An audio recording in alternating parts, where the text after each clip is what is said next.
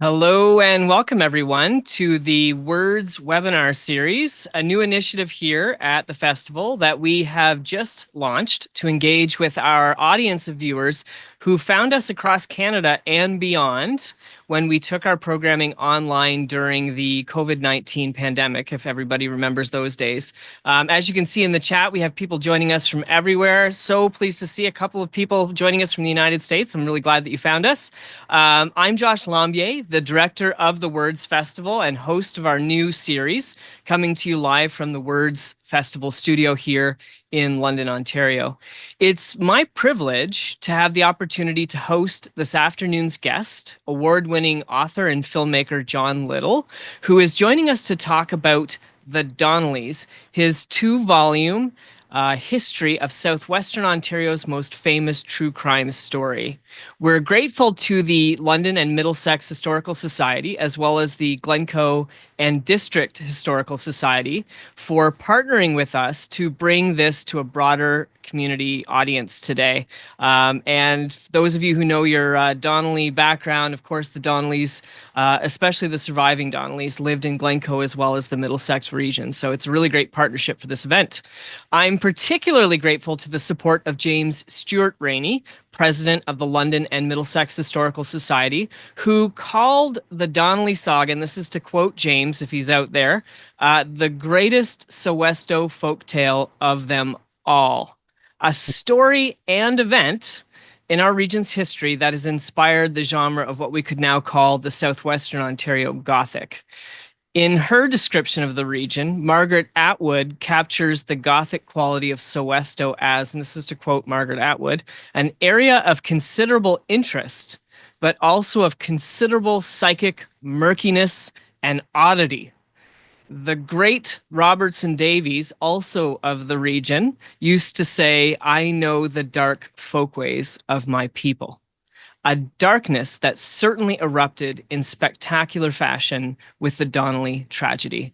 Poet and playwright James Prior Rainey, who would bring the tragedy to the stage in his Donnelly trilogy, would remark that the story of the Donnellys unsettles the seeming normality and still waters of the region.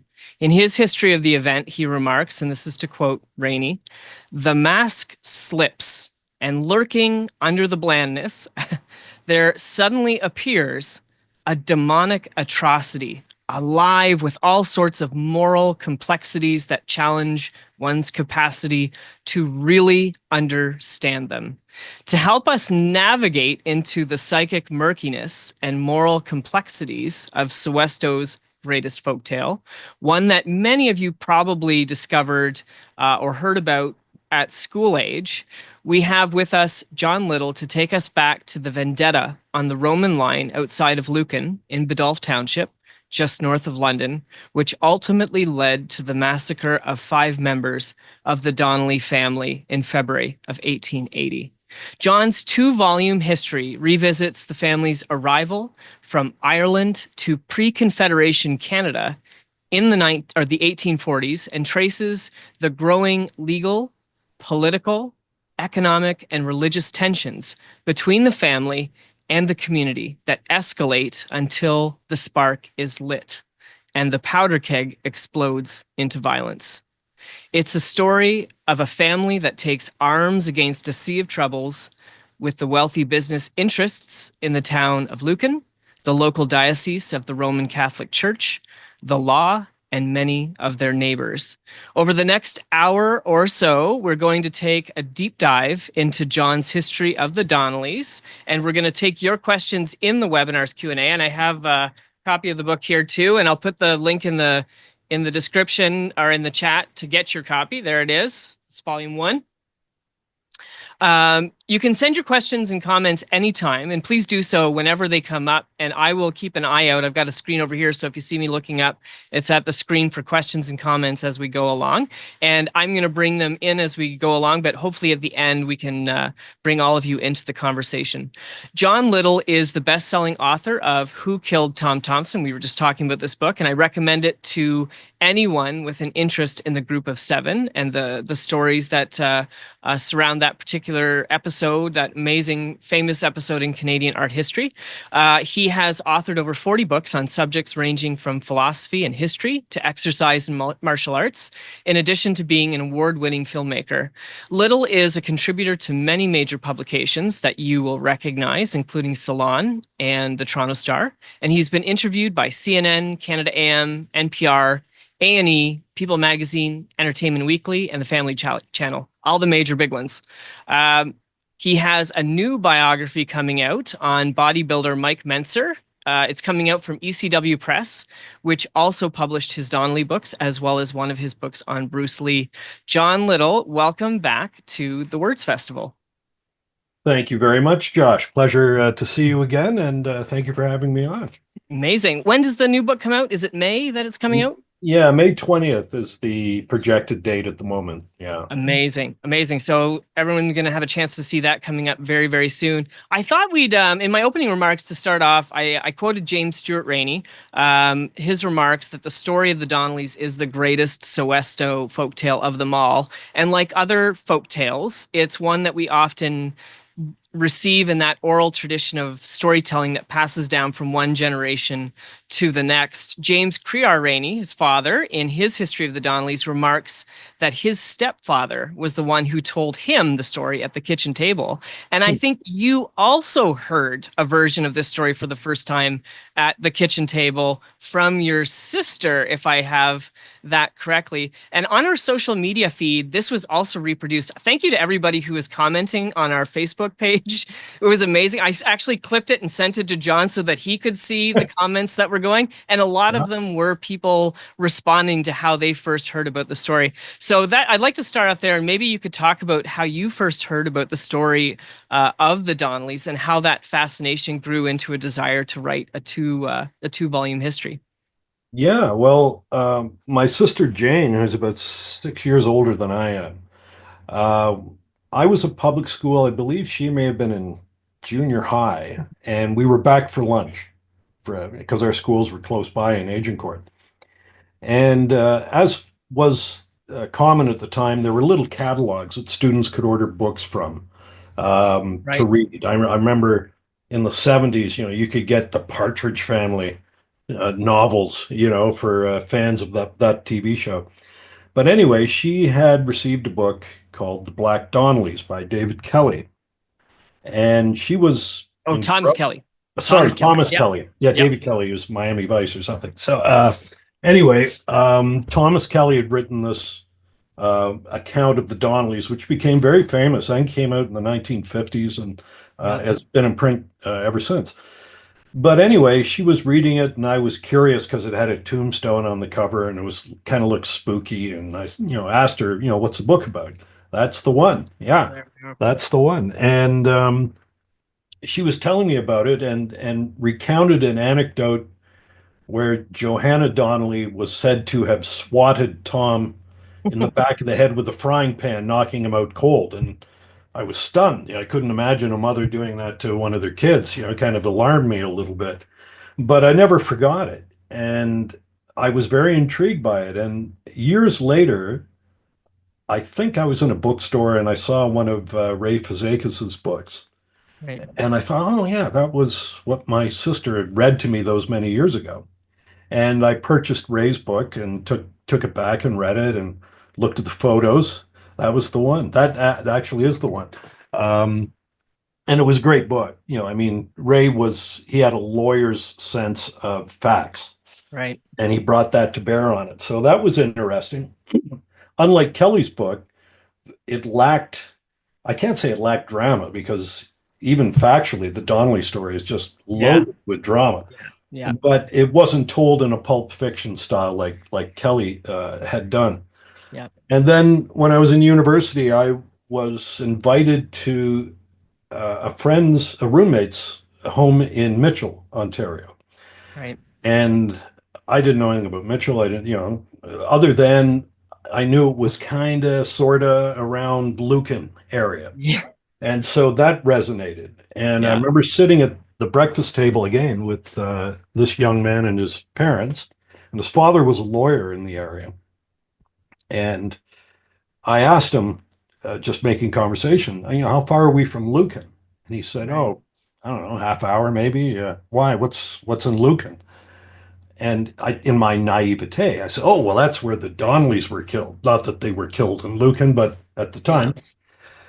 And he just kind of looked at me, and there's a strange silence that Right. descended. And he said, "Well, we don't talk about that here." And I was like, "What? This is Mitchell. Like, what's the? I didn't Yeah.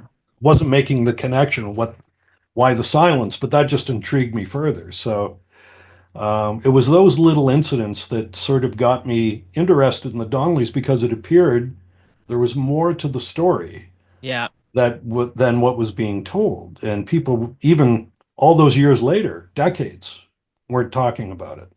Yeah.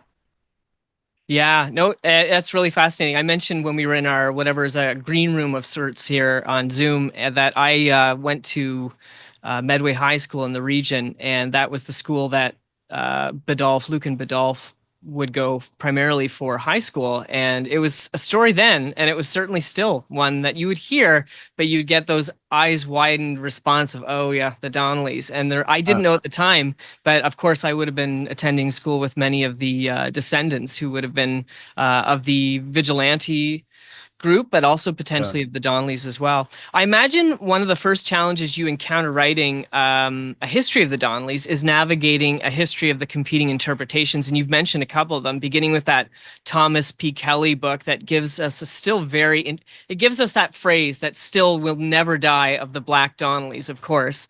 And then Yeah. we have Orlo Miller offers Yep. that a more balanced study that demonstrates this isn't a horror pulp fiction, as it were, but rather a tragedy that involved a family. And then Rainey translates the story for the stage in the plays that Stan Dragland, one of the faculty members at Western University, called Canadian Shakespeare. And Mm. he makes the case that it elevates what this local drama into something that would reach those sorts of heights. And of course, Ray Fazekas, his album, The Pictures and Our Understanding. So, which is all to say, there's a growing body of Donnelly work that I imagine you have to confront.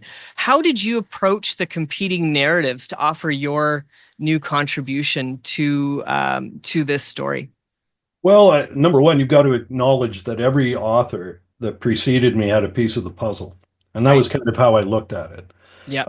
Even the more jaundiced writings had elements in it that were true, but could they be corroborated? That was Right. always my big thing. I know that in every one of those books there were anecdotes, some of which I thought, "Oh, that's awesome," but I couldn't find anything to corroborate. Yeah. Yeah. So I had to let it go, and it was. I remember being disappointed in that because they were such juicy morsels, Yeah. But that was my thing, was that if two authors mention one event occurring, then they were drawing from a source somewhere. Either Yep. and if could I find that source? And that was why I really liked James Rainey's book, which had not the plays so much, as great as they were, but the book in which he provided primary sources, newspaper excerpts and things. Yeah, yeah, that to me. If you're an author of the Donnellys, that's one of your primary sources you have to go to because it quoted things that were out of print, newspapers that you can't get your hands on typically. Yeah. Excuse me. And that was very, very helpful. He also had anecdotes, firsthand anecdotes from people, which I don't know if he got that from his own research with people or from Orlo Miller. Arlo Miller. He Right. was he was friends with him, Yeah. and Miller had an archive. And the thing Yeah. is, oftentimes when someone is writing, if they already have their thesis in mind, anything that doesn't fit the thesis gets cut. Right. But there's some really interesting stuff in the trip Yeah. material. So Yeah. that was I used and looked at all of the other writers as people. Well, the old adage about standing on the shoulders of giants. I Right. I came late to the party, and these people had already done the groundwork to a large extent. They gave me the story arc. So now it was a question of finding primary sources that would either support or not support certain contentions that have been told over that timeline. And that was my main thing. I really wanted to find out the truth. What happened? Yeah. I wasn't interested in an agenda. I wasn't interested in painting the Donnellys as evil or as saints, Right. as some authors did. I was quite happy to let the cards fall where they may, but I was fascinated by the actual humanity of the story. Right. There were no people in white hats or black hats. This was a distinctly human story, and in my opinion, it was a perfect storm. And it could happen again, which was alarming to me if the same circumstances should align themselves again. Yeah, and I want to pick up on that point later on in the hour because I think that's something that is really fascinating, and especially in the times that we're living in right now, I think there's something really that this story can teach us. Before we get there, though, I want to kind of hit some of the points at the beginning of the book that I really enjoyed. I was struck in the prologue of the book, which gives an intimate and even forensic look at Bob Donnelly, Robert Donnelly's stay at the London Asylum for the Insane later in Yeah. life. In many histories of the Donnellys, James Jr., who's the eldest of the kids, and Robert Donnelly are often singled out as the baddies, the Hellraisers.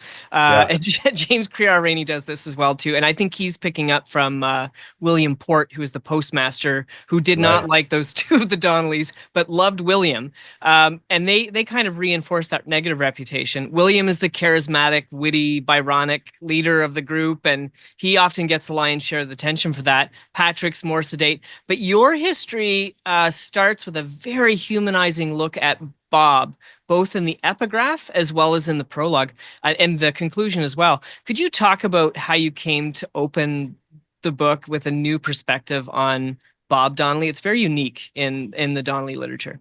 Well, it struck me that, I mean, I forget which author mentioned it. There may have been several that Bob had been institutionalized, Mm-hmm. and they kind of dismissed it, that he was kind of crazy, right? He was everything that was bad about the Donnelly family. And my thought was, well, if someone's institutionalized, they usually have records. Yeah. And Right.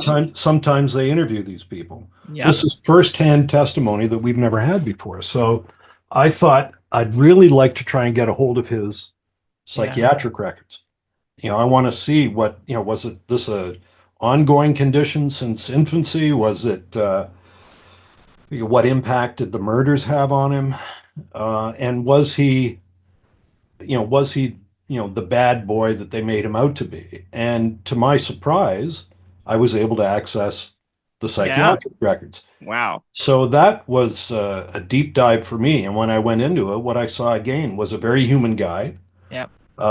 kind of taciturn, wasn't a man of a lot of words like William was, Mm-hmm. but a guy who was, in my opinion, the bravest of all the Donnellys. There's at least two incidents where he went into burning buildings to rescue children Right. Yeah. and put his life at risk. He was also a guy who was an eye for an eye kind of guy.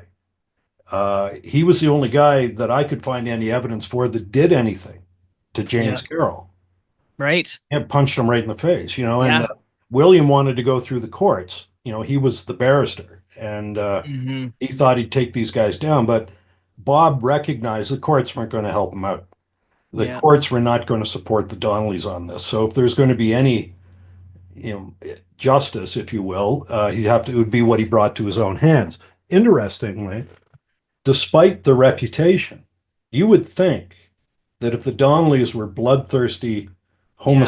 homicidal killers, remember that anecdote where someone from one of the surviving families of the Vigilance said, "Oh, Johanna Donnelly danced a jig and wanted one of each of her sons to kill a man before." I mean, absolute nonsense. Yeah. But if they were cut from that cloth, you would think that once the killers had been fingered, there would have been retribution. Yeah. Because that seemed to be the Donnellys thing. If you wrote something bad about them in the press, they would say something bad about you in the press.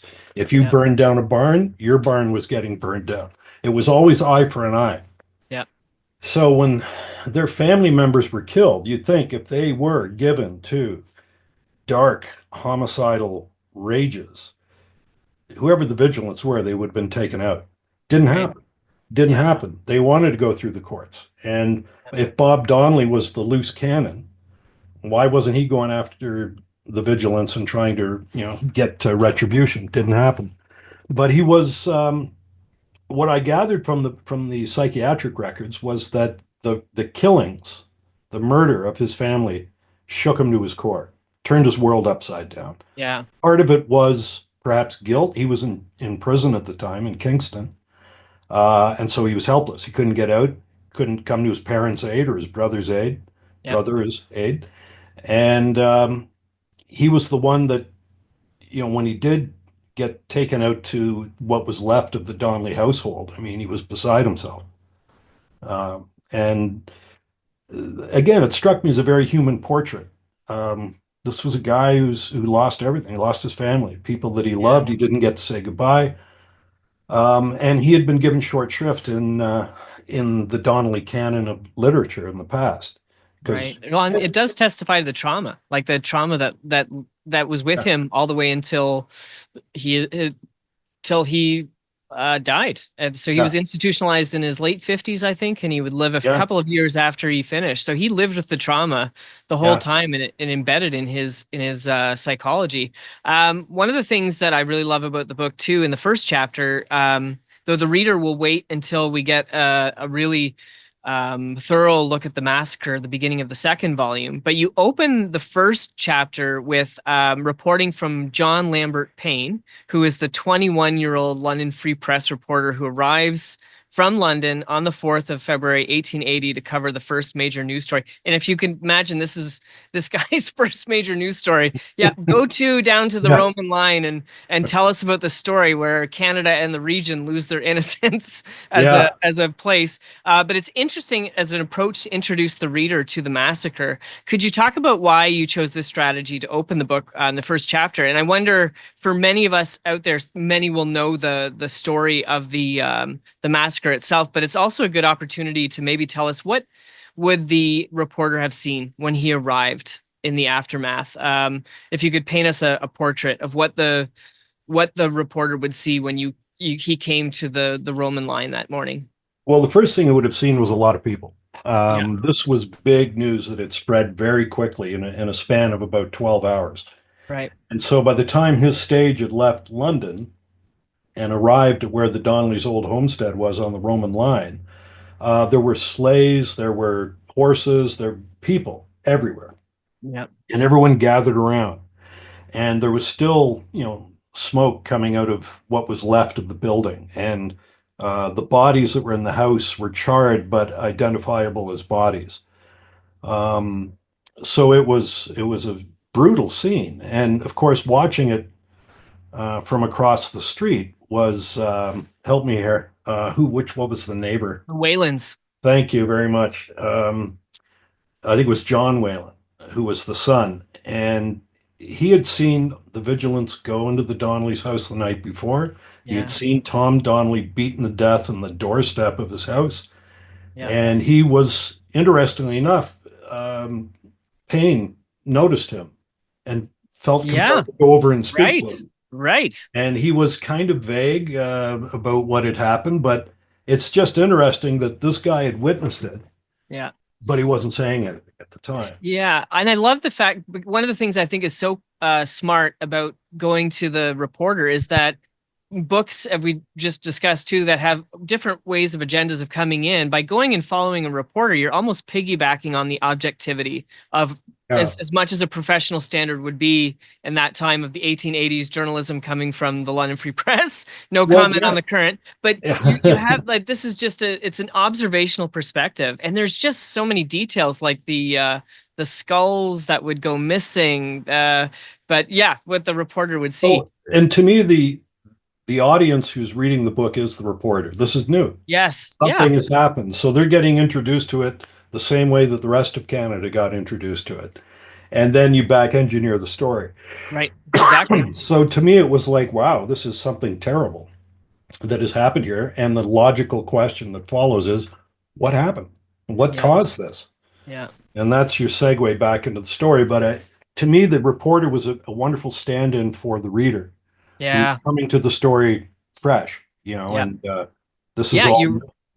exactly. And I think it's, as I say, very smart because it really is, you're the perspective of the journalist and you've arrived on just this absolute horrific scene of four charred bodies, footprints, lots of people around, but Yeah, also more footprints than could be accounted for yeah, the people that were assembled there. I want to return to something that you said as well about Johanna Donnelly. And I actually think the quotation that you mentioned, I actually have it excerpted out here because it's one that really struck out to me as well. And I want to read this because it gives us a real interesting take on how some people had represented the family. So this is a description of Johanna that John mentioned just a minute ago. And this is to quote, "A woman came down the street in her bare feet and an axe over her shoulder. She was tall, over 6 feet, mm, stopped at the corner, danced a sailor's hornpipe, swearing at the top of her voice in lurid language, to put it mildly, and she called on high heaven and the Almighty to witness that she had 7 sons, and she hoped every one of them would kill a man. Mother was terrified and called Harriet, who snorted, 'Oh, that's Johanna Donnelly,' and shut the shutters." And that offers a really good example of how the characters of the story were often represented by the family of the Vigilance Committee, yeah. and also to justify their acts. But your books give us a different vision of Johanna, the matriarch of the family. And I wonder if you could tell us a little bit about Johanna. Well, in my research, it struck me that she was nothing like that caricature, obviously. Yeah. She was, my God, what a hard-working person she was. Mhm. Her husband went to prison for manslaughter, and she had to raise 8 children, all on her own, and work a farm. You had to get the crops in, you had to dig that, you had to till the Yeah. fields, you had to harvest, you had to do all of this all on her own, and raise, not one, not two, not three, 8 children of varying ages. Yeah. So she wasn't a woman who would have had the time nor the inclination to say, you know what, kids, what you really need to do is kill somebody. That would be good, just like the old man. No, it didn't play out that way. Right. She was too busy raising kids, and she instilled a real sense of family value in the children. That didn't come from the father. He was away during the formative years. Yeah. That came from her. And she knew that her kids, when they went to school, were going to be the object of ridicule. Their father had broken the fifth commandment. He'd killed somebody. Yeah. This is a Roman Catholic community. They took that seriously. No father in the home. Right. This is all stuff that's going to put a bullseye on a kid. So the Donnelly boys quickly learned that if an insult against one was an insult against all. And the Donnellys, by all descriptions, were good-looking kids, very muscular, very tough, very strong, with a fierce family loyalty. So if you said something to one of the younger ones, you would have 4 older ones right around you. And pretty soon, the community learned not to be saying bad stuff about the Donnelly boys or the Yeah. Donnelly girl, in that matter, Yeah. for that matter. So there was, excuse me, there was resentment, there was fear, and there was respect that was accorded the Donnelly boys, because they didn't really tip a hat to anybody. Yeah. They were kind of on the periphery, but they had a certain cool to them, if you will, where they didn't need to join or fit in or want to be Yeah. popular. And as a result, they became all of those things independently. They Right. apparently were great dancers. All the girls liked them. Not shy of a fight, as I don't think any of the immigrants back Yeah. in the Roman line were afraid of a fight. Yeah. Um, but they were just rugged, good at athletics, had that Irish sense of humor that was endearing to a lot of people, Yeah. but tough as nails, And Right. and the thing is, everyone, I made this point before, but it's not like the Donnellys were villains or saints. Nobody in Biddulph was a saint back Yeah. then. You were the conditions of living were such that it didn't breed saints. You had to be tough to survive. You had to be Absolutely. tough to make the trip from Ireland. On the Right. coffin ships where, what was it, 20% or so people Yeah. died of typhus or what have you on the way Right. over. If you survived that, well, then you had a 500-mile trek to Ontario where they dumped you into a swamp and forest infested area and said, have at it, build a Yeah. farm. And you had to Right. clear that land all on your own. All the trees, the stumps, Yeah, everything. they were hale and hearty guys, Yeah. and had Joanna not instilled that in her kids, if she had instilled a sense of shame, let's say, don't hold your head up, your father did a terrible thing and Yeah. the stain is upon the family, they probably would have been driven out of Biddulph long before James got out of prison. But Yeah. instead, they were a force. Yeah, and it's a great segue into a question I wanted to ask you. One of the things that anybody who's heard the story of the Donnellys, as you mentioned, they'll know about the violence and the fighting, etc. But one of the things that your books really reveal is how litigious the conflict was. Yeah. And the law, which was often thwarted or failed in terms of trying to catch their man, but nowhere is this more apparent than in the stagecoach wars.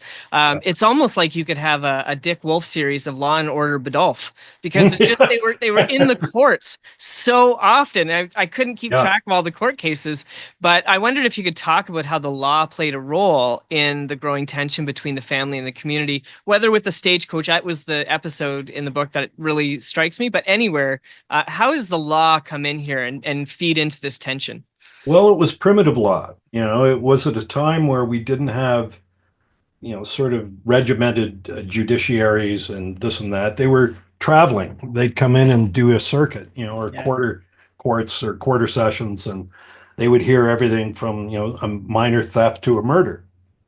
And the law enforcement as such was almost volunteer. It wasn't, they didn't Yeah. have a police force. So the problem with that approach, of course, is, a charge, if you were charged with a crime, you went to court and then it was up to a judge.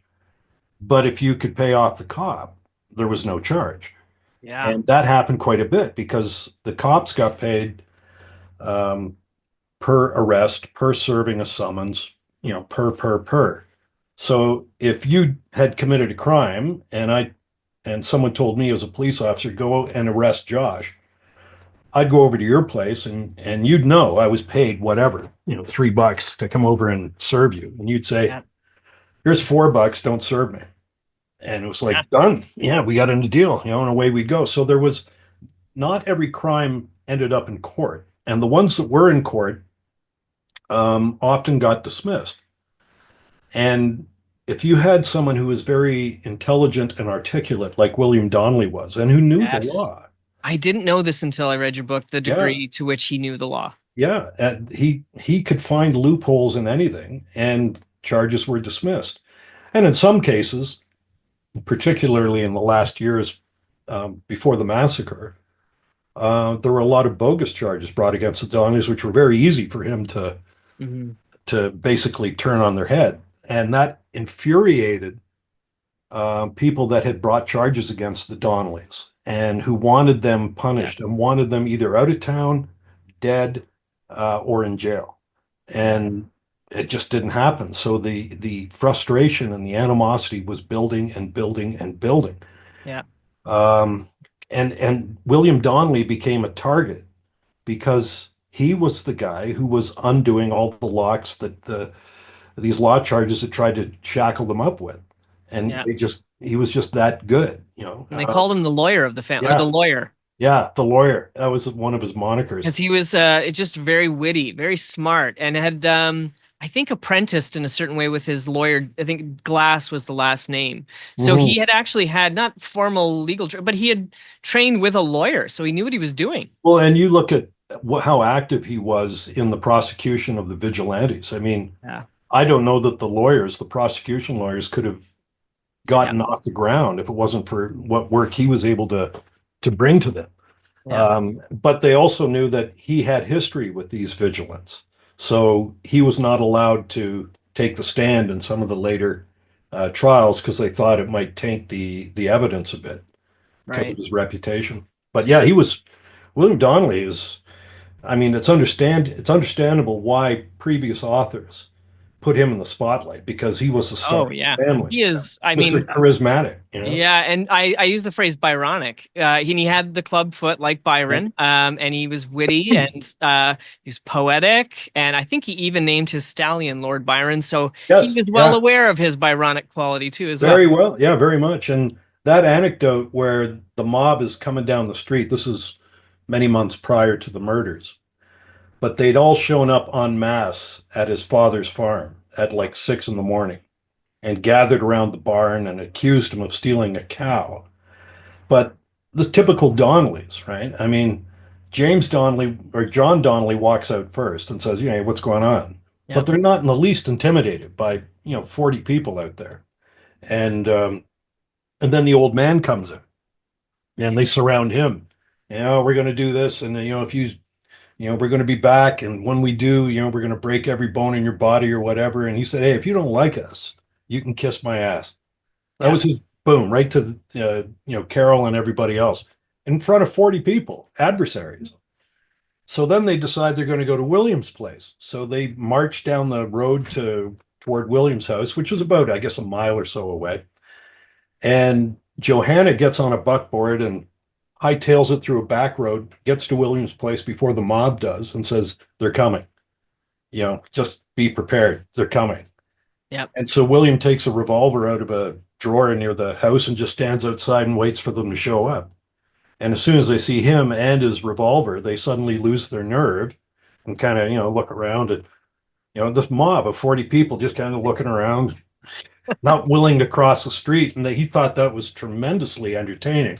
So he went in and got a violin from his house and came out and played Bonnie Crossing the Alps because that was, I think, about was it Caesar and Napoleon, I think, crossed. Napoleon, yeah, Boney, yeah, Yeah, Bonaparte. yeah, right. And these guys wouldn't even cross the street, so he played Yeah, that and then the crowd muttered and dispersed. But like that kind of behavior is like something you'd see in a movie. But this yeah. actually happened, and those, It's interesting you say that. There's a playwright in town, Jeff Culbert. We did an event with Jeff back in November, and part of the event he played a song that he had written, an original song about William Donnelly confronting the mob yeah, with only, his fiddle violin in hand to play to disperse the crowd yeah. after the Thompson's cow, which is the incident here. There's a question that's in the chat here that actually links really well into my next question on the place of the Catholic Church. One of the key sparks that would light the powder keg against the family was the arrival, I think it's shortly before the ultimate tragedy itself, of Father John Donnelly, whose copybook oath would provide, and this is a phrase we use a lot these days, but I think it works here, a permission structure for the Vigilance Committee and their actions against the family. Could you talk about the role that the father played in the drama and by extension, the Catholic Church? Yeah, well, Father John Connolly he was the new parish priest, but they liked him because he was from Ireland. Yeah. He was one of the lads, so Yep. he was welcomed into the neighborhood. But almost immediately, people went to him with their grief about the Donnellys. At that time, they like, as like today, people like to blame others for their misfortune, right? So Yep. if the crops were bad, well, that was the Donnellys, and blah blah blah. And so he kept hearing anti-Donnelly material from everyone he spoke to, it seemed.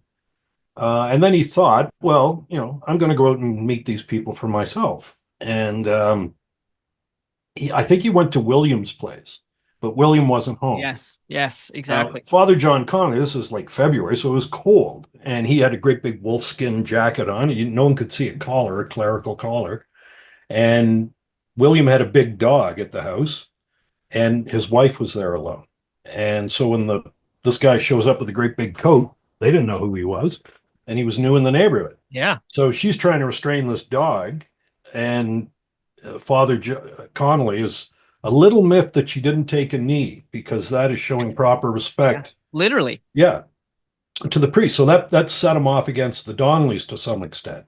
He felt they were blasphemous. I mean, as a Catholic priest, he didn't care for the fact that the Donnellys would frequent the businesses of Protestant merchants. Mm, I think the Donnellys, when they came over, they saw Canada as new land, new world, yeah, old values out the window. This is a brand new beginning for us.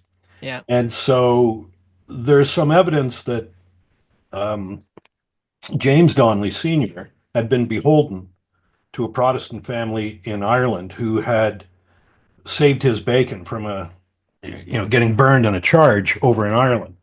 And so he was watchful of that family when their sons and relatives had moved over. And that set him at odds with the other Roman Catholic farmers in the area right. because you didn't want a Protestant in amongst you.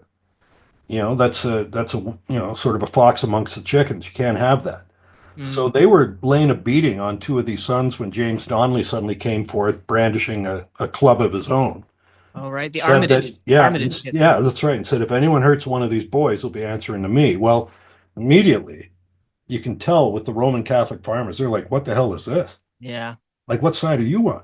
right. These are Protestants you're talking about here. Yeah, So it's to almost like them, when the father came in, he almost created he went in for the stories to kind of create an in group that he could almost create the trust with the community by mhm, creating a common scapegoat and going in on the scapegoating of the Donnellys in order to yeah, forge up his own in group and a quick cohesion and yeah. taking authority of that community.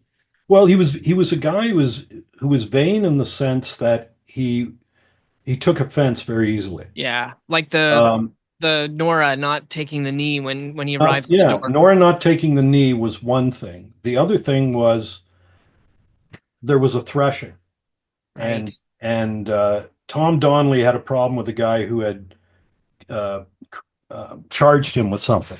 So there was a legal back and forth. And Tom Donnelly went to the threshers and said, "You do not thresh for this guy, or you answer to me." Yeah. So this is troublesome, right? I mean, if you're a farmer, this is what your whole year has been leading up to is to net out with the threshing. Yeah. So this guy didn't know who to turn to. So he went to the priest and said, "Listen, I got this problem. Tom Donnelly, the Donnellys, he's not letting the threshers thresh for me." So Father Connolly said, "Not to worry, leave it to me." And he went over, I believe, and spoke to John Connolly, the brother, and said, "Listen, this is the way it is. I would consider it a personal favor if you would tell your brother to lay off on this and let the guy thresh his crops." Right. And John Donnelly said, "Well, I'll get back to you on that." And he never did. And so consequently, the father thought, "How dare you? I went to you and asked for Yeah. that, and you won't give me that." So now the Donnellys are even further pushed away from him. So, you can see thereafter, anytime there was an issue, from the creation of the Vigilance Committee to the hunt for the cow to after the murders, speaking to the press, Father Connolly was defending the vigilance. Those were Yeah. his parishioners. So they Right. couldn't have done that. They couldn't do anything so heinous. It had to be an outside group. So Father Connolly was outspoken. He railed against the Donnellys from the pulpit, which Yeah. is, I mean, we have to envision what that meant in perspective. I mean, back in the 1880s, we didn't have CNN, we didn't have social media, we didn't have the internet. I mean, there was newspapers, but that was about it. Yeah. So the church was everything. You Yeah. were there to get married, to be buried, to be baptized, to have communion, to go to bazaars, to socialize, to learn what's going on in the community. That was the social hub. Yeah. So when you were banned from that, you were ostracized. Yeah, it very much is that the scapegoat in the strong literal sense of the scapegoating of pushing one group aside in order to shore up the rest. That Yes. our group cohesion depends on almost sending one out. It's a Well, and good it gave divine sanction to getting yes. rid of the Donnellys.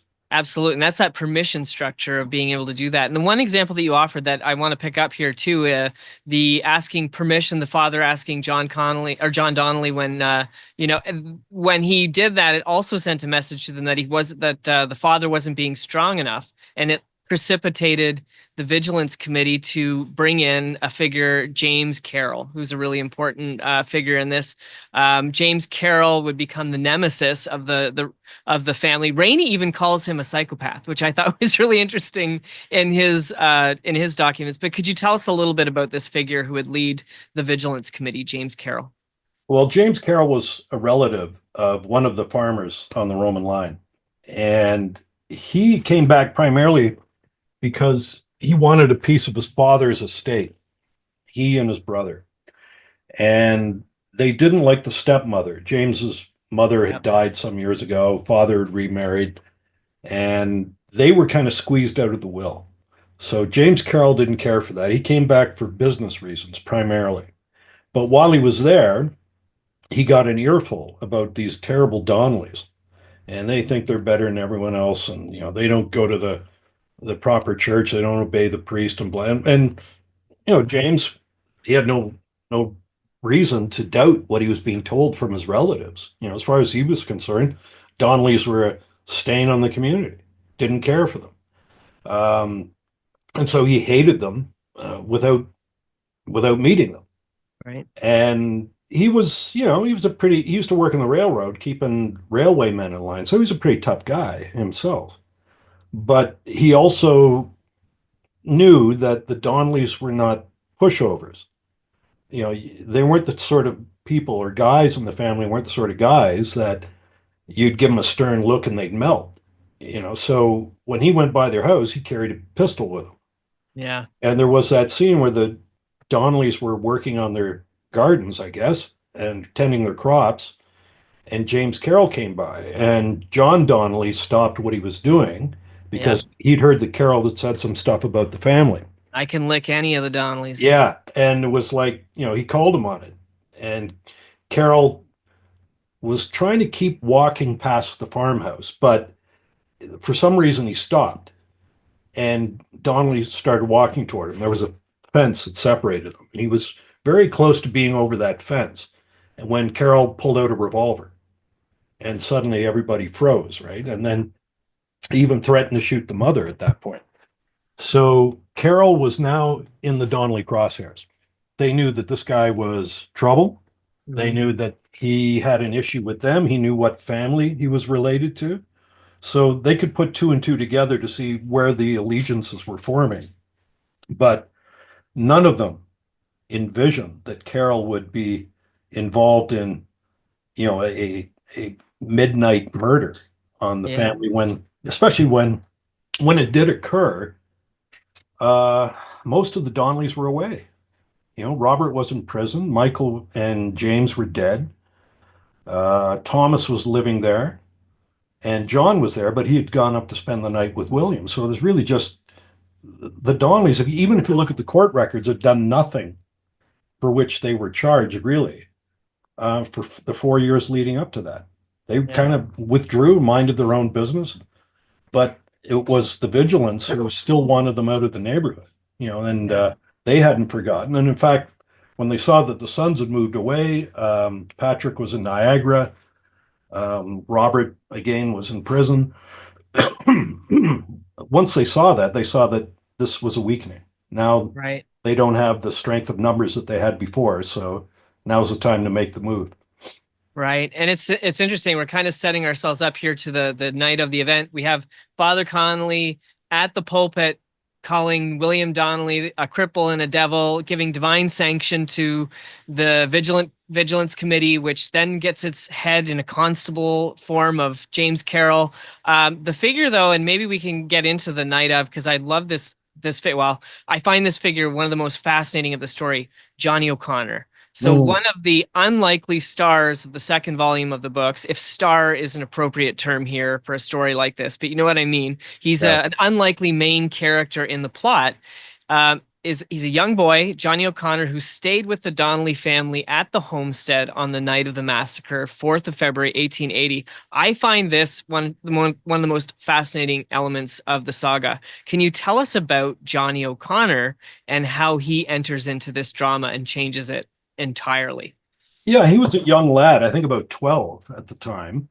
But the Donnellys, when they were hauled off to court frequently, they would bring him over to watch the farm and tend to the animals and that sort of thing. And he was just a friend of the family, but he was a young guy and very young boy.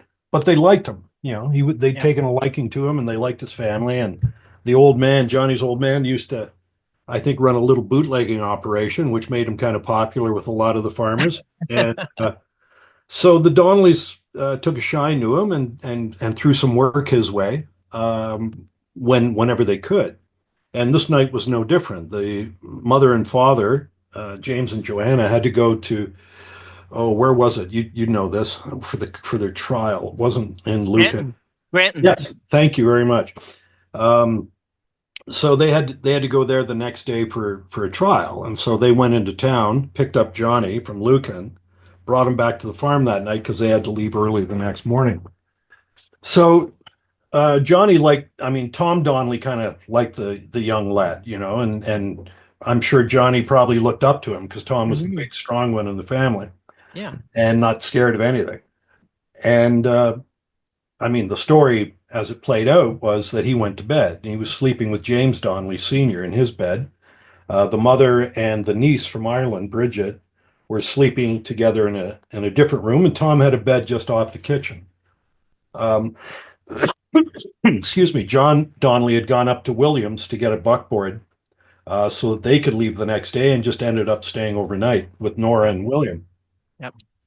And then at midnight, the old man, James Donnelly, is woken up by James Carroll with an oil lamp in his face, saying, I've got new charges for you. So he didn't see Johnny O'Connor, who was lying there. And so he thought he was just getting the old man and took him into the kitchen. Well, at this point, Johnny O'Connor is sitting up in the bed listening to what's going on. And, within 60 seconds to 90 seconds, suddenly a mob has crashed through the door and is beating the Donnellys to death with clubs, axes, you name it. So he sees Bridget, the niece, run past the bedroom door and up the stairs to the loft, and he follows her because he doesn't know what's going on. He's terrified, and when he gets to the top, she slams the door. So he knows there's footsteps downstairs, there's beatings going on. He doesn't want to be left there, so he darts back down the stairs and dives under the bed. And people went up, they killed Bridget, and then set fire to the place. And you can see how terrified he would have been, because he sees Boots walk into the bedroom while he's under the bed, and you can hear oil from the lamps being poured on the beds, and then you hear a match struck, and woof, up it goes. Wow. And then he hears the boots in the snow of 20 or 30 people going away from the scene of the crime. So you can just imagine what terror would have been in this young guy's mind. Who would have seen this coming, And so he goes out through the smoke and steps on Tom Donnelly, who's already been beaten almost to death, makes his way toward the kitchen where he knew there was a door outside, and steps, because of the smoke, on Joanna Donnelly and hears her sigh. So she was still alive. Yeah. And then he somehow finds his way to get through the door outside with his lungs burning and his eyes running and no boots on in February, and runs out to the road, but there's the vigilance. So he pulls back until he knows what direction they're heading in, and he goes in the opposite direction. And he knocks on the Whalens, which is a neighbor, the Whalen family, their door, and they didn't know what the hell he was talking about. Yeah. They brought him in, there's a fire, there's people killed, and at least they gave the impression they didn't know. And when they looked out the window, they couldn't see any fire. So they thought, like, what the hell's going on? But nevertheless, what's this kid doing here with no boots? Yeah. With this wild story. And then, of course, they looked out again and the fire was everywhere. But he became a liability because none of the vigilance thought there was a witness to this. Right. No one knew this is here. Yeah. Yeah, their idea was that the father, Conley, had said, essentially, lightning is going to strike that family, the hand of God, basically. And if their house went up in flames and everyone died, well, that was prophecy. Yeah. That had nothing to do with murder. Right. So for a kid to be alive who saw the whole thing and said, yeah, not only was it murder, but you were there, James Carroll. Yeah. He this is sees him in the lamplight. I yes, mean, it's just such a almost cinematic story. You've yeah, got this vigilante mob that has decided on the authorization of the priest who says a fireball from God, which had apparently burned one of their was words, it yeah, wagons or something yeah, like that. So a fireball from God is going to burn the house. So they tried to make it look like it was a fire that killed the family in the place, yeah, and there's this kid under the bed who no yeah, one sees and runs to the neighbor's house. And yeah, now, kind of like almost like a John Grisham novel, where you've got one surviving kid who is yeah. now going to be the target of every one of the community who he's He the loose was, end. because to them, his testimony would, these guys would face the rope, they'd hang. So, when you figure all the people that were involved in that vigilant committee all had families, Yeah. you're talking about a community that is going to get taken down. So this kid is a threat. And, immediately the vigilance burned down his parents' house. Yes. Coincidence. Right. And Bob Donnelly was the one who saved, um, Bridget. yeah, Bridget, his sister, and Yeah, which you Johnny mentioned earlier O'Connor. as Yeah, an example of his heroism. Yeah, I mean yeah. it's amazing. So this is a good segue here, and for everyone who's wanting to ask questions, start putting them into the Q&A, and I'll pick them up. I've got a few more questions for John, and then I'm going to try and link everybody into the conversation. To link back to something you said right in your introductory comments, and this is something that you write in the opening pages of the second volume. This is to quote you: "I must confess that as I began my research into the story, I half expected to discover that the Donnelly brothers had gone on a murderous rampage to avenge the deaths of their family. But that's not what happened after this night that Johnny O'Connor has witnessed. Instead, as Will Donnelly says, the circus comes to town, or rather, the trials begin with Johnny O'Connor as the star witness Yeah, against James Carroll. And they've highlighted James Carroll. If we can get James, then we can yeah. get the rest of them. So he becomes kind of the Crown Attorney's target to try, and if we can get him to fall, then they'll all go. But can you talk about this trial, the trials of circus atmosphere? Because it's the trials themselves is just such, it's almost it's a fascinating part of the story that I don't think people know as much about. Well, yeah, there was a coroner's inquest that immediately followed, which is kind of like a trial. Yeah. And then there was a full-on trial. And then there was a second trial. And in essence, there was a lot of political shenanigans going on. Oh yeah. Oliver Mowat, who was the premier and the attorney general, initially had basically said, I mean, from a political perspective, he wanted the Catholic vote. That was and the cool thing about the Catholic vote was it was a block vote. Right. They would, if you could get the Catholics to vote for you, you could count on X amount of votes. So they were a big constituency. So Hmm. when he initially heard that a Roman Catholic family had been killed, he was all for justice. We're going to look into this. We're going to get to the bottom of it, and justice will prevail.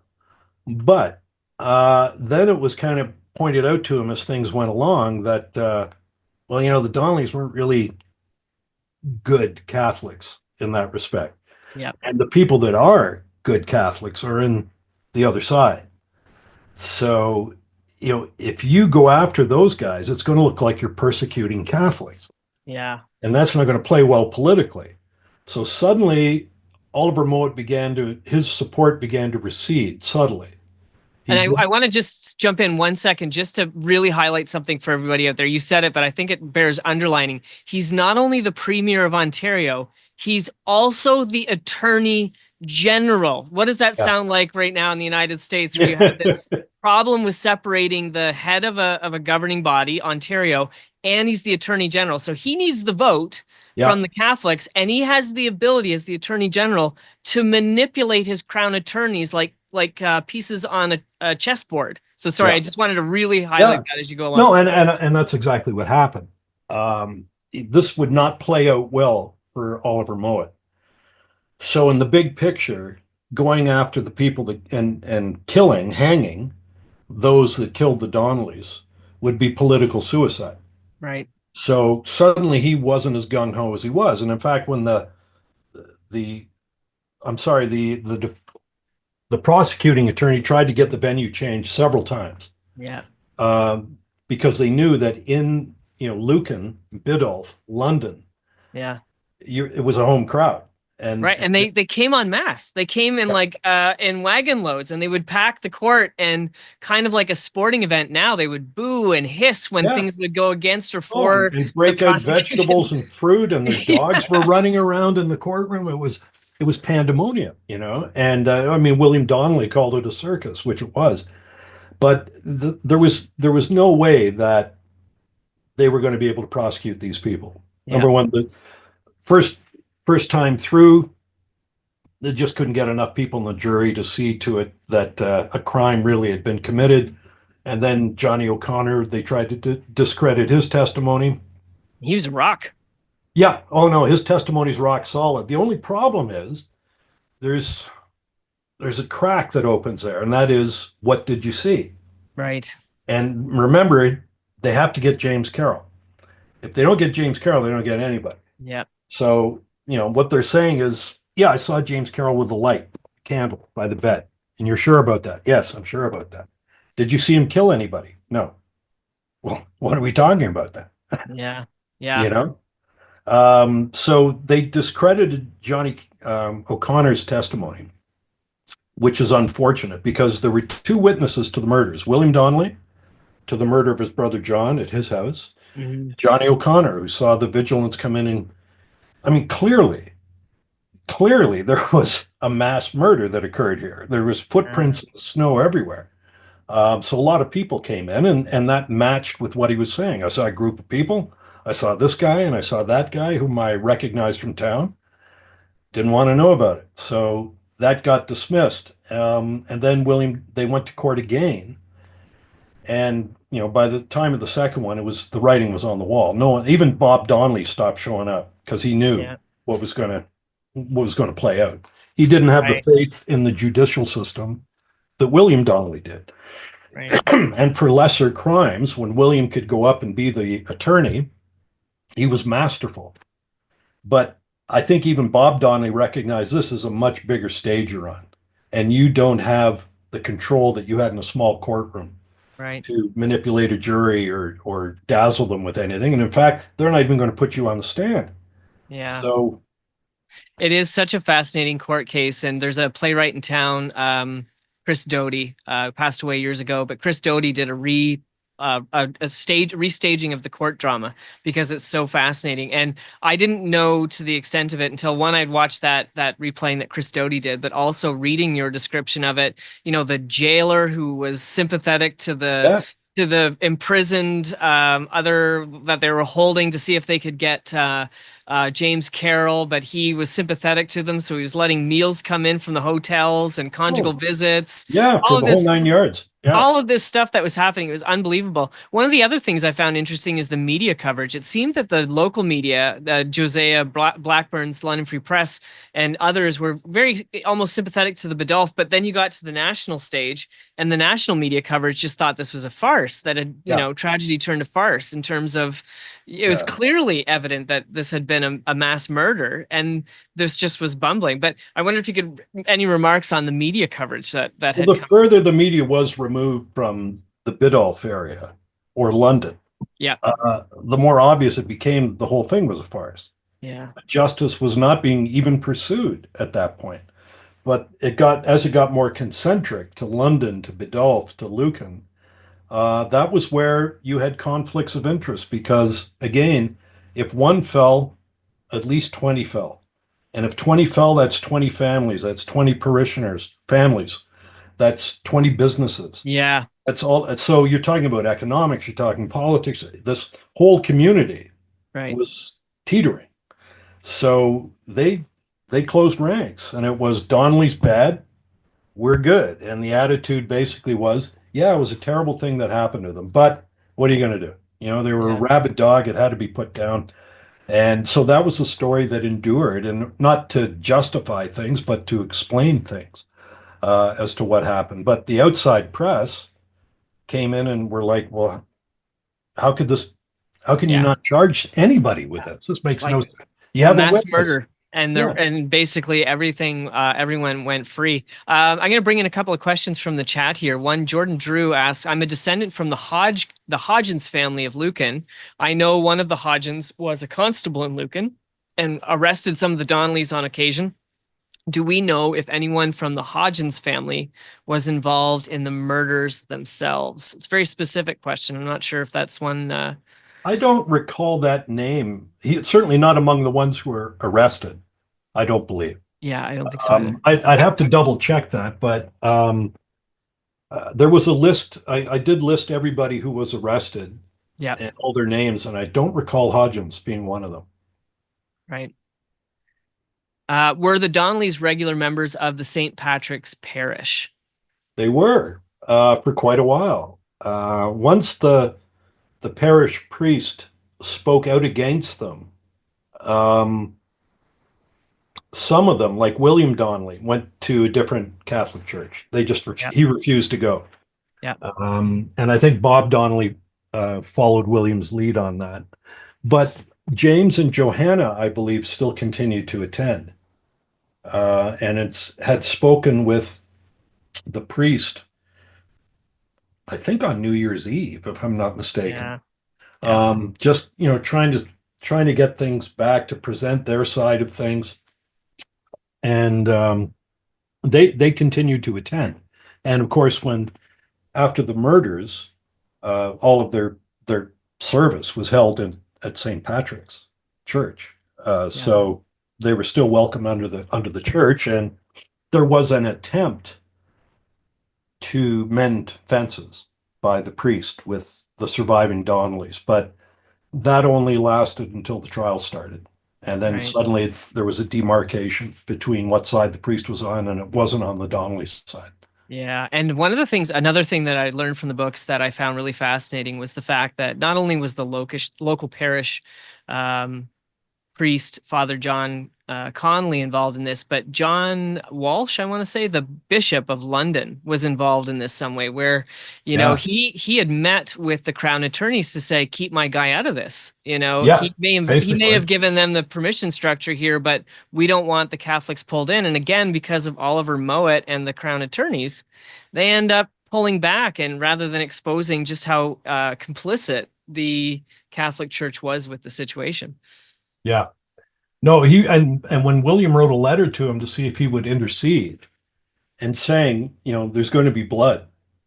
We need the church to intercede here and calm the waters. When he wrote a letter to that priest, he simply handed it on to Father Conley, wanted Yeah. nothing to do with it. Yeah. So basically, and Father Conley looked at it and thought, oh, there he is slagging me off again. Yeah, went above my head. Yeah. Yeah, Yeah, exactly.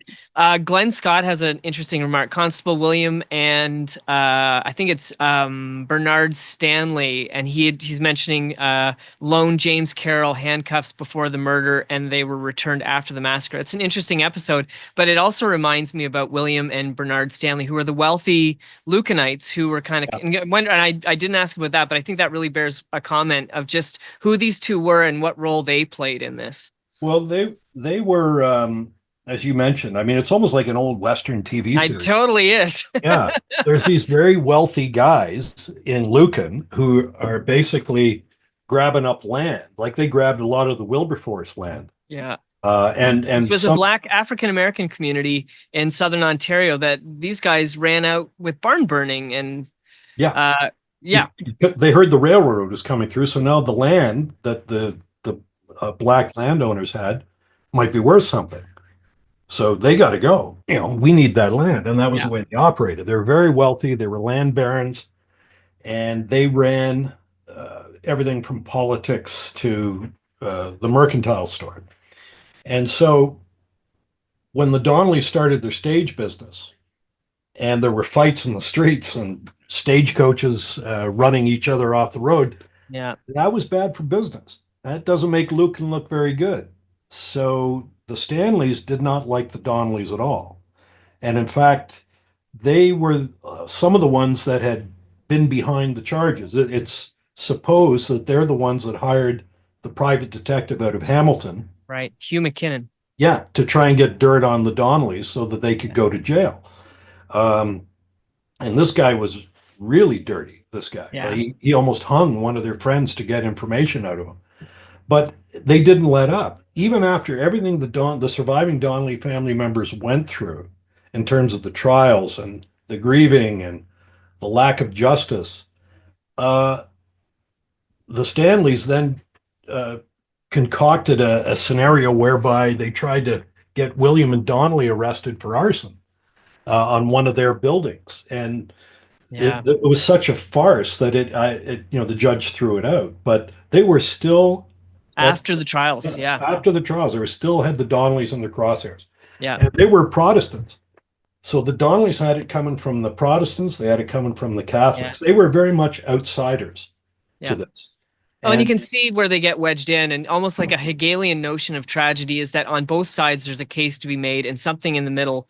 Like Antigone is the one that's in the middle between loyalty to state and loyalty to family, and then she gets the brunt of it. There's a real tragic scenario here where there's, of course, good people on both sides doing yeah, bad things, and in the middle you see this family takes the brunt of what are grinding tectonic forces of early pre-Confederation Canada. And you've yeah, done a great job in the books of linking in the place of the railroad to this. John A. MacDonald has a role in pardoning yeah, James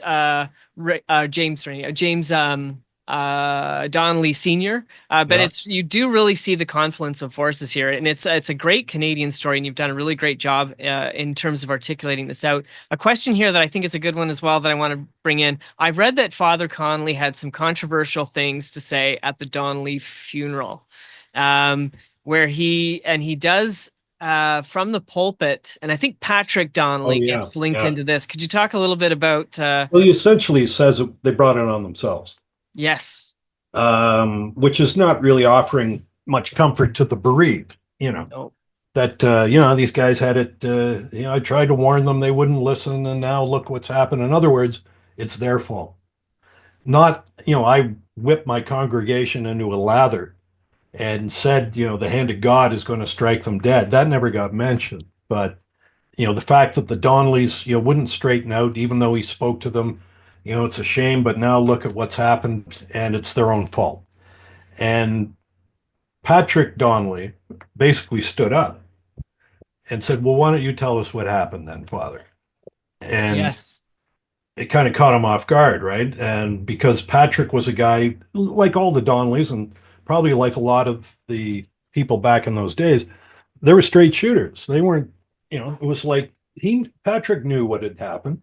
He'd been brought up to speed and he knew the role that the father had played in this, and he wasn't letting him off the hook. And then Father Connolly tried to backstep a little bit, and began to patronize. Oh, you're a great fellow, and if all the Donnelly boys were like you, we wouldn't have had a problem. And they even went so far as to say that they would build him a home in Biddulph Yeah. if he would move back to the neighborhood because he's such a good influence, on his family. Yeah. They're really buttering him up. Yeah. And then they met afterwards in the parishioner's house, I guess, and William Donnelly came in, but he still wasn't doing anything servile to the father. He wanted for the benefit of the family for peace to descend, but he wasn't going to let the father off the hook entirely. Yeah. So yeah, it was yeah, his speech at the funeral was anything but comforting to the Donnelly family. But then again, his congregation were the Vigilants at that point. The Donnellys were a very Yeah. small group. Yeah. There was 10 people in total, 11 if you include Bridget the niece, and they were almost all dead now. So you have all these families that are still operating and in the community and our parishioners.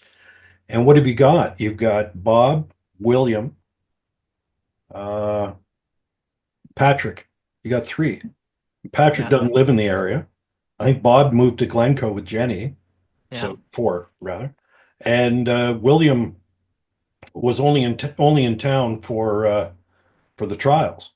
Right. So as far as the Father Connolly was concerned, that's not his target audience. Yeah, Their numbers are so low now that they'll be replaced next year when more kids are born. that's true. Well, and we talked about this in the green room as well, that Jenny Donnelly eventually became Jenny Curry and had 13 kids and basically 13. repopulated the family, but under the name of the Curry family. I see a Yeah. question from a John Hogan, and I wonder if there's a connection between his last name and his question. He said, "Did John Donnelly die in Martin Hogan's arms on February 4th?" And I'm not sure if John Hogan, you have a connection or not. I don't mean to imply that, but I thought that'd be interesting to throw in. Um, I know he was there. he was there. He was under the bed. He was under the bed, I Um, think. Yeah. and and so I don't think he died in his arms. He was instructed to drag the body of John Donnelly out of the doorway Right. and He bring was it trying to back. get William to shut up because Yeah, William kept saying stuff and like they want you. yeah, They think they got you. And if they hear you, they're yeah. coming back for all of us. That's right. That's right. So Hogan was under the bed. I don't think he died in his arms. I think he helped hold the candle Yeah. on John Donnelly's chest when John Donnelly had died. But that was the extent of it. I don't think he was cradling his head or anything, but he was making sure that the candle was in John Donnelly's hands on his chest as he took his last breath. Yeah. There we go. Oh, look at this. John Hogan has responded back. Thanks for your answer. I am Martin Hogan's great grandson. So Wow. there we go. That's amazing. Thank you for joining us. I'm really glad that you mentioned that back, John, because yeah, I knew we had some folks who would have had family that because we're in the area and we Yeah. had a really great audience for tonight. I think at some point in time we had about 190 people on the webinar. One of my favorite movies is the John Ford film, The Man Who Shot Liberty Valance. It's Oh about a yeah, great man, movie. Ransom Stoddard, played by Jimmy Stewart, who takes Yeah. the law into his own hands and becomes a powerful politician who brings law to the Wild West. So it picks up on this Wild West idea we're talking about because he defeats the town's lawless desperado Liberty Valance, played by Lee Marvin. In the course of the film, we learn that he isn't the man who shot Liberty Valance. It's actually Tom Donovan, played by John Wayne. But to reveal the truth would hurt Stoddard's reputation. So to preserve the legend, the journalist at the end of the film says, when the legend becomes fact, print the legend. And I think very much that's what Thomas P. Kelly did. And he kind of invented the legend. And we have the story of the Black Donnellys. And yet there's also value in challenging legends by unearthing the facts, which Well, you yeah. do in the primary resources. Anybody picking up John's books will note that the resources and the footnotes in these books are so extensive. But I wanted to set this up with the Man Who Shot Liberty Valance to ask you why it's important to go back to primary resources, primary sources, the law cases that you went back to reimagine our understanding and cultural history of the Donnelly family and our community. Well, I think it's important for facts. If you're like me, I was a guy who really didn't know. I was an outsider and I wanted to find out how the hell could this happen? What happened? Were they that bad? Was the Yeah. family that bad that an entire town essentially rose up and wiped them off the face of the earth? Or was there something else? And what I've discovered by going to facts rather than listening to one side or the other. I mean, Orlo Miller painted the Donnellys as innocents. Kelly painted them as devils, and that's just not factual in either case. This was a decidedly human story, which, in as much as it was a human story, it revealed virtues Yeah. and vices, and not either side was all one or the other. Um, the Donnellys were a very tough family, but so was every other family that lived in Biddle. That was just, again, there wasn't a lot of law. Police weren't on every corner.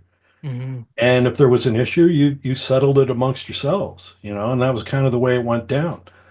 But as far as movies go, you mentioned The Man Who Shot Liberty Valance. Yeah. But there's also, I mean, you don't need to embellish this story. Yeah. It's like if you remember the reported anecdote in the papers of Bob Donnelly walking into a bar, it's like Shane, you know, when Yeah. Alan Ladd goes into the bar at the end. And this bar room is loaded with the vigilants and their supporters. And who walks in but Bob Donnelly by himself? Yeah. And stands up at the bar and holds up a whiskey and says, I'd like to buy every one of you murderers a drink. You hear a pin drop. You know, this is this is drama, very high drama. Yeah. And suddenly no one's willing to look him in the eye. But that was Bob Donnelly, the one who had been dismissed as, crazy. Well, this was a guy who wasn't going to let it go and would take the fight right into their home, you know, Yeah. to go into a bar, crowded bar, and say that, it's like, holy crap. And it goes to that your point about why you chose Bob as an opening person because of that humanity, but also his toughness. And Yeah, he is one of the Donnelly brothers that does doesn't get the same level of attention as someone like Will because he's so charismatic and he's got that ironic and quick acting, the wit and all the quotable things. But Bob was one of the last surviving members yeah, of the family, and he was the wealthiest. He would yeah, do really well in life. yeah, yeah. He was no dummy by any means, but he And Bob Donnelly, he bought the 50 acres that yes, had gone out of the family to reunify reunite the 100-acre a farm hundred and acres. and rebuilt the house that presently stands on that property today. Right. Um, Saltz is the last name of the Yeah, gentleman. Robert Saltz, he was I believe, a retired school teacher who, up until several years ago, used to give tours on the property. I met him briefly prior to writing my book. Very nice fellow. And it was kind of cool being in the house that Bob and William Donnelly and Patrick Donnelly built, um, which is on just off from where the original Donnelly farmhouse was, where the massacre took place. Right. But there's what I like about Bob Donnelly as well is as a reader, and you recognize that this was something that just got out of control on people, but that a family was wiped out. Yeah. And whatever crimes the Donnellys were accused of, it never rose to that level. They never orchestrated the murder of an entire family. Yeah. So as a reader, there's a part of you that wants some sense of justice, which is Yeah. denied and denied and denied and through the courts. Yeah. So you're kind of rooting for Bob Donnelly in a way because he's the only guy who even gets a little taste of justice when he sees James Carroll walking down the street and walks over and just drifts him right in the face. Yeah. And also standing up to these guys at the bar. Um, some authors trivialized that episode, saying, oh, it was a joke. He came in, he just made a fool of himself, and blah, blah, blah. No, this took courage that few of us would ever be able to screw up to do that. And Right. and he did, so I came out with a great deal of respect for Bob Donnelly after my research. Not only for I kind of view it like Bonanza. We're talking Westerns, but you have archetypes. You have the sort of the intellectual son, Adam Cartwright. Well, that's William Donnelly, and Yeah. you have the big, strong guy who's not particularly bright. Well, that's Tom. Tom was the big, strong one. And then you had the guy that wore emotions on his sleeve, and that was Bob Donnelly, Right. Michael Landon's character, Little Joe. So they were, he was. I like this. You didn't have to wonder what was on Bob's mind. You'd know pretty quick, Yeah. So it's a fascinating story, a tragic story certainly, but it's only through having your mettle tested by the fires of life that you often see the character of people. And I think some of the Donnellys have been given very short shrift, and Bob Donnelly is one of them. But I understand it. I mean, not everyone wants to wade through documents and letters and diaries and all this sort of stuff to try and get a broader picture. It takes an interest that most people probably wouldn't have. But to me, it was fascinating. Like the deeper I got, the more fascinating the story became, and Yeah. and the richer the characters became. Well, you've done a great job of painting the story and also such a rich answer in response to why we need to go back to the primary sources. Right at the top, you mentioned this, and I said I wanted to come back to this. And maybe we don't want to take you too much of your time. We're getting close to the our ceiling here of time. And I apologize to everybody. We're not going to get to everybody's question. And thank you so much to everybody who's offering such really warm remarks about the presentation today. John has been such a great guest. At the opening of the book, you remark, and I like this line, so I'm going to quote you: "The shocking thing about the murders is that they could easily happen again with another group of good people, if the environment in which they live is allowed to develop in the same way it did around the Donnelly family. It points out the powder keg that lies dormant within human beings that requires but a few strikes of stone against flint to produce the spark that will set it off again." We are currently living in a time of rising in-group nationalism. We are living in a time where there's questions of why you would separate a president from their attorney general. We're living in a time where we increasingly see dangers of rising in-group mentality, whether it's over tariffs, etc. Do you think even more than maybe 2021 when you wrote the book, right now we're living in a time that we need a story about the Donnellys more than ever? Do you see this story resonating, or am I making too much of a contemporary connection here? Does it Well, hold lessons for us today? oh, I think so. I mean, the the the sad reality is that human nature hasn't changed. We're still, we still suffer from insecurities and rapaciousness and uh, not longing for group protection, but an attraction to a group for our identity. And we tend to define ourselves by that. If suddenly, I mean, you mentioned the recent political activity between Canada and the US. I've never seen such faux patriotism, on Right. both sides. I mean, where was this a year ago, 2 years ago, 3 years ago? But it doesn't take much for that to manifest if if you feel your group is threatened and suddenly you rally around the flag and we look for our commonality as a group. And that's exactly what happened in Biddle. The Donnellys were not part of the group. They were their own group, but they just happened to be smaller in numbers than the other groups.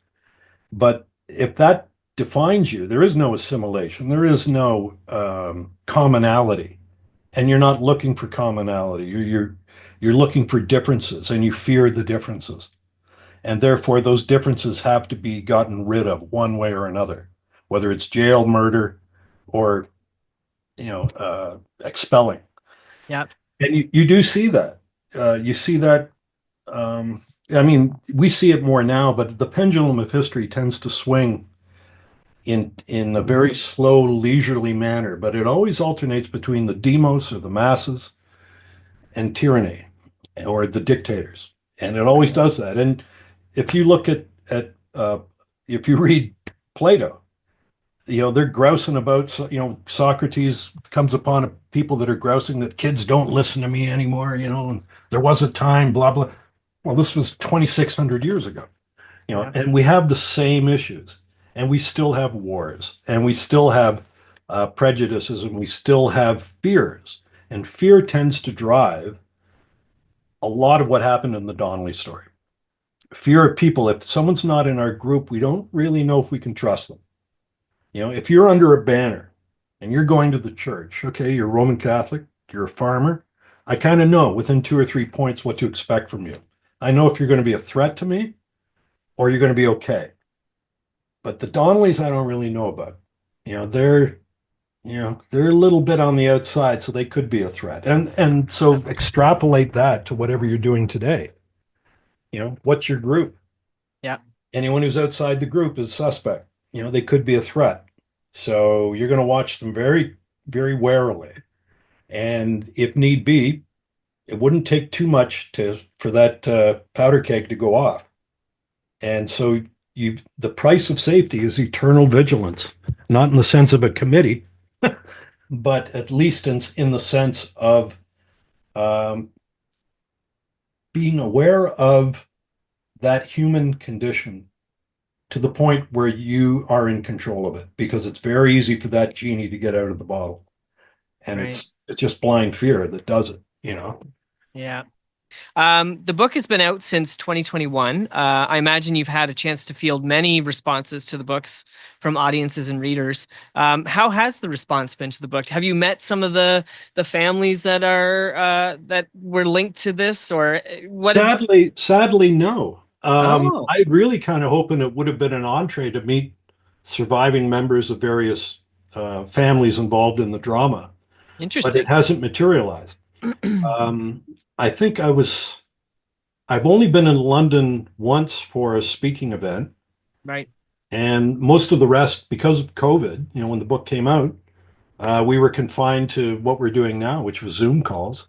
Yep. I went to London and Lucan, I think about a Yep. year ago, Oh, okay. and enjoyed that because I was there by myself. So you just kind of I got in my truck and drove around and tried to find where William Donnelly's place would have been.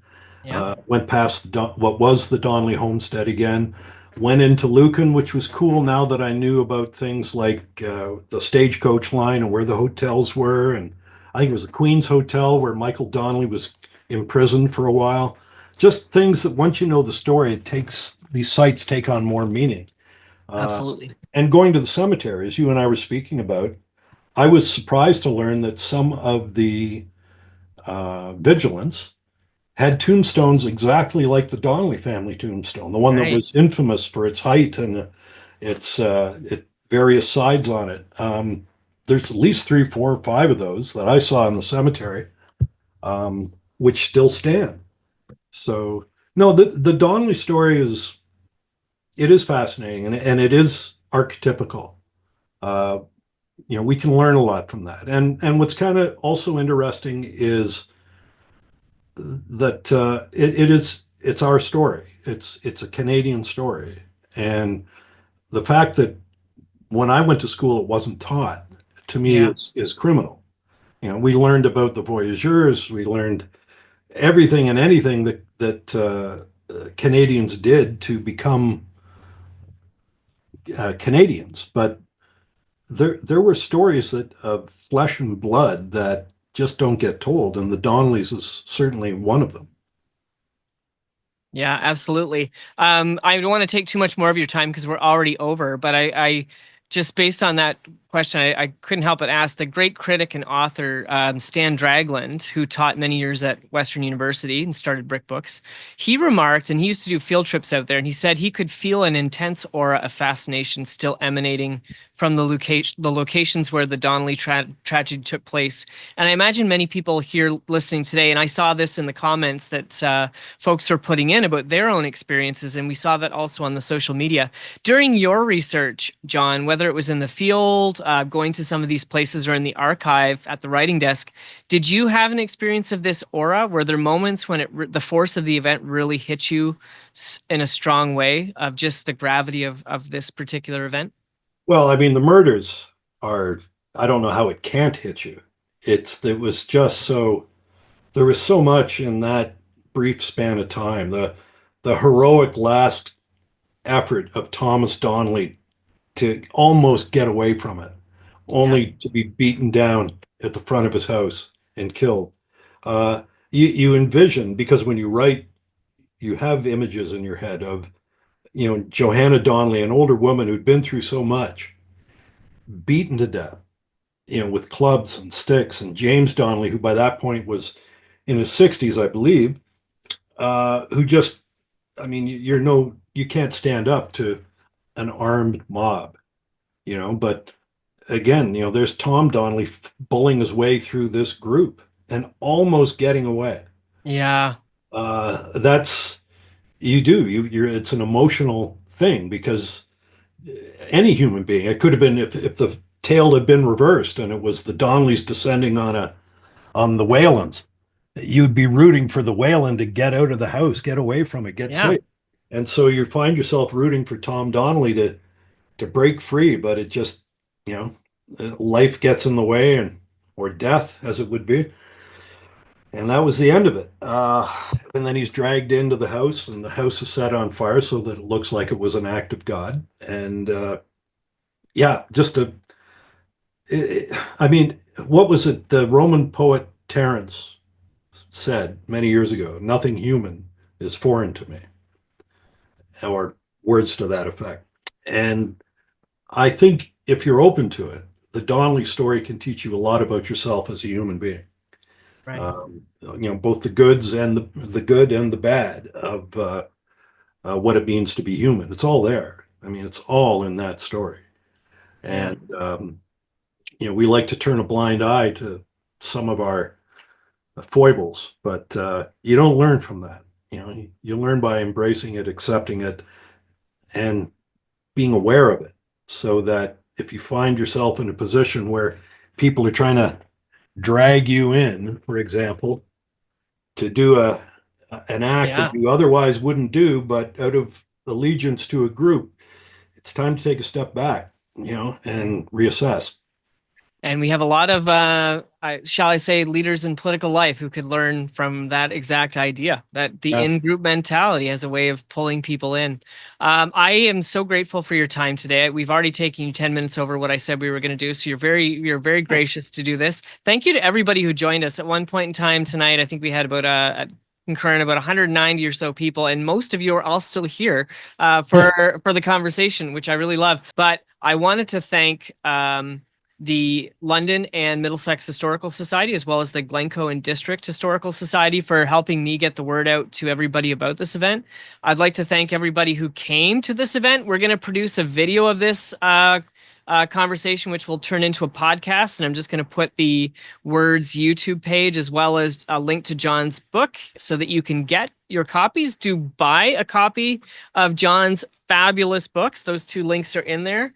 This is the first volume here, and this is the second volume as well. You can see the two that you can get from ECW Press. He's got a new book coming out in May that you may want to check out. So when you find the link to the book on there, you can check out the new book that's going to be recently announced. Thank you so much, John. You've given us a lot to chew on today. I know the praise in the comments right now is effusive. Many people a couple of people who saw you speak at the London and Middlesex Historical Society and said you were great.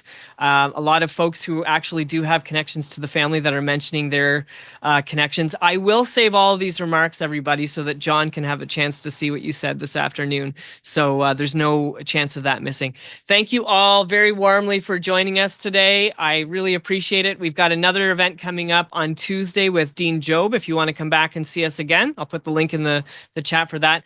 Thank you, John. This was a really wonderful afternoon.